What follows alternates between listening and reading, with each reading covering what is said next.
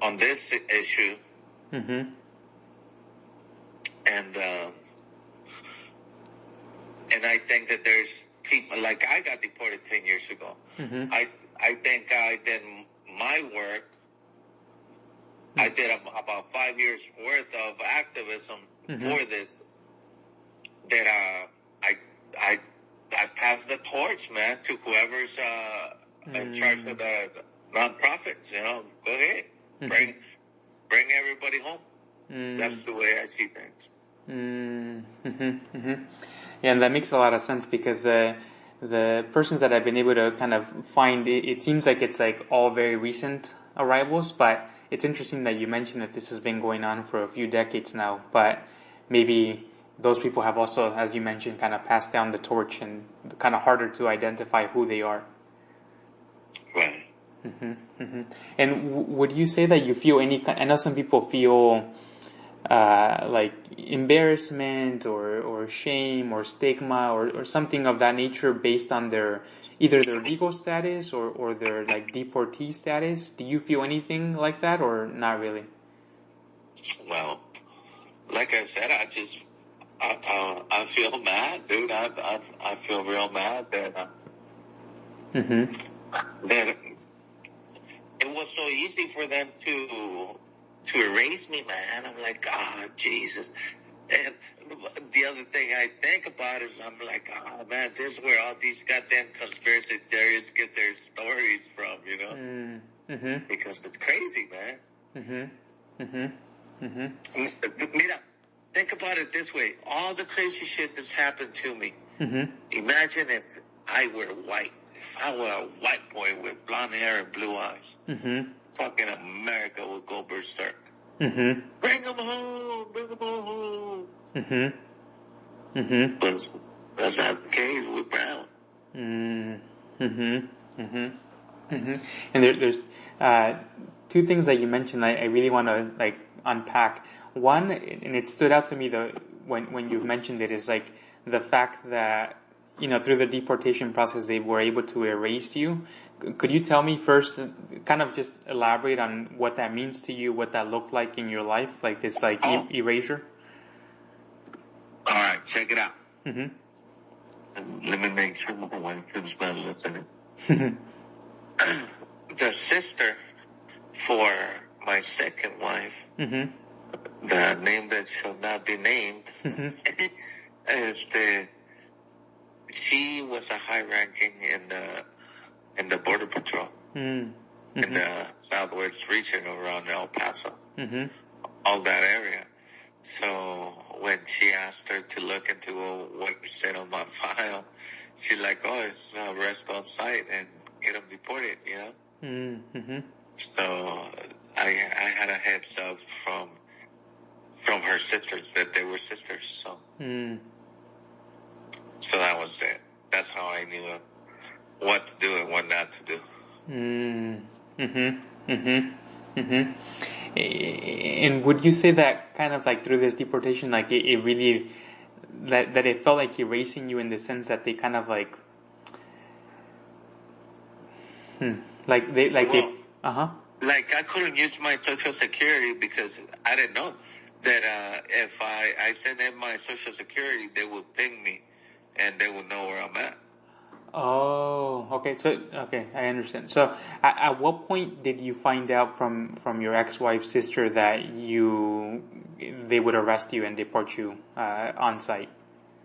Oh, right away. As soon as I got out of detention. Was that in 2013 or are you referring to 2000 when you were first arrested? No, 2013. 2013. Okay.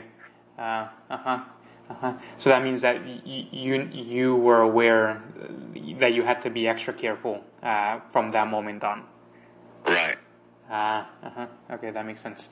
And then the second question I wanted to make you was, it's really interesting that you mentioned that, you know, if you were white and, you know, blonde hair, the reaction maybe from the country would be different. But that's not the case because this issue is affecting predominantly like brown skinned persons.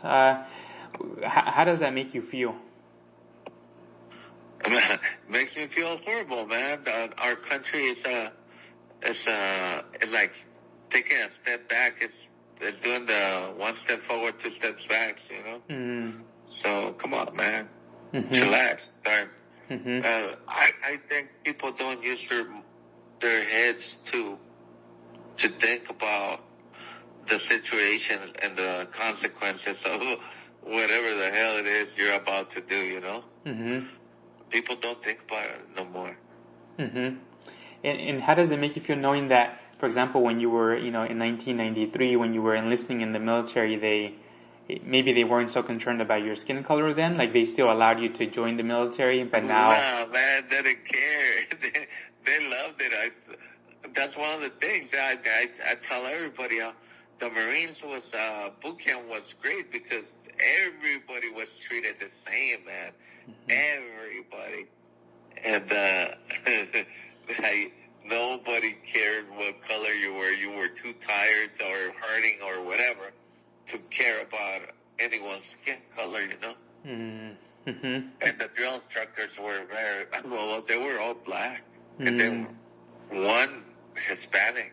Mm-hmm. So the worst nightmare for any racist kid. But, that's what it was, man. I thought it was the greatest thing. Mm-hmm. Mm-hmm. And then now I'm curious, I know I asked you from earlier on whether you had this experience when you first came to the U.S. in 1979, but since you came back, especially in 2013, have you ever had anybody insult you with an immigration-related, like derogatory term?